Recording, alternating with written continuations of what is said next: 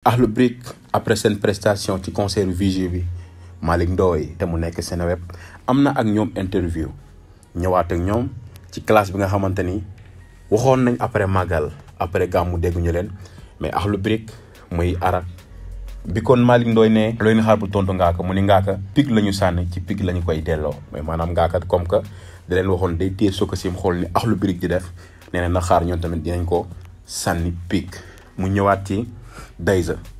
ni Ngaaka de waxul lu metti comme que Sococim lay teel xool nañu def phosphate bi nekk Thiès du jeex xaajagul sax bay jeex mu ni nag mënuguñoo gañe ba la passé raw ko dóor ko tegal ko son yu bëri yoo xam ni dabaguñu ba léegi muy seen classe bi nga xamante ni heure bii daaw la woon ci période bii mu ni su bëggee nag ma tontu ko na def son ma tontu ko ci son maanaam daa bëgg Ngaaka def son entier maanaam classe ko si ñoom mu tontu ko si classe mais comme que nee na Ngaaka da leen sànni pic ci benn part ñoom tamit nee nañ ko sànni pic mais Akhlou Brick dafa waxoon ne après gàmmu après màggal gi ñu ngi ci après gàmmu kon ñu xaar gars yi kon Akhlou Brick kon day pig lay sànni Ngaaka man pour man sax day ñëw def son ndax yaakaar naa ni Ngaaka boo xoolee ci Dropbox freestyle mi ngi ci woo Akhlou Brick bi même bi mu tontee One Lyrical yaa ngi ko si dégg mu ne Akhlou Brick ba léegi kon c'est-à-dire que Ngaaka instant bi nii soxla na Akhlou Brick tontu Akhlou Brick nag pour neexal game bi xam nga ndax classe ci rab la bokk ñoom it nañu ñëw def son après affaire bi am continuité mu neex te tamit franchement Ngaaka mu ngi neexal game bi parce que lii nii yëpp moo ko fi indi naka loo ko fi indee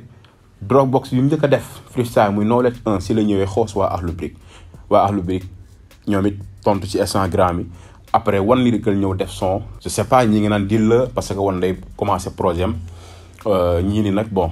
lii nekkul loo xamante ni dil la mais en tout cas lépp hip hop la mais Akhlou Brick daal ñoom ñu ngi leen di xaar en tout cas bu dee dañuy sànni pic Ngaaka donc ñu ngi sànni pic bu dee dañu leen defal son kon bu dee Ngaaka dégg na ko kon nawlet bii di ñëw Ngaaka kon classe leen ci kon son entier gars yi tontu loolu sama xalaat la gars yi wala boog donc yéen tamit seen commentaire si noo leen gisee réaction Akhlou Brick après seen prestation ci concert Vigie te Malick Ndoye Seneweb invité leen soo leen commentaire ba pare yéen ñuy doog a dugg chaîne bi ngeen abonné te bu leen abonné ba pare bu leen fàtte bës cloche notification ba vidéo bu ñu dugal ngeen mun ko am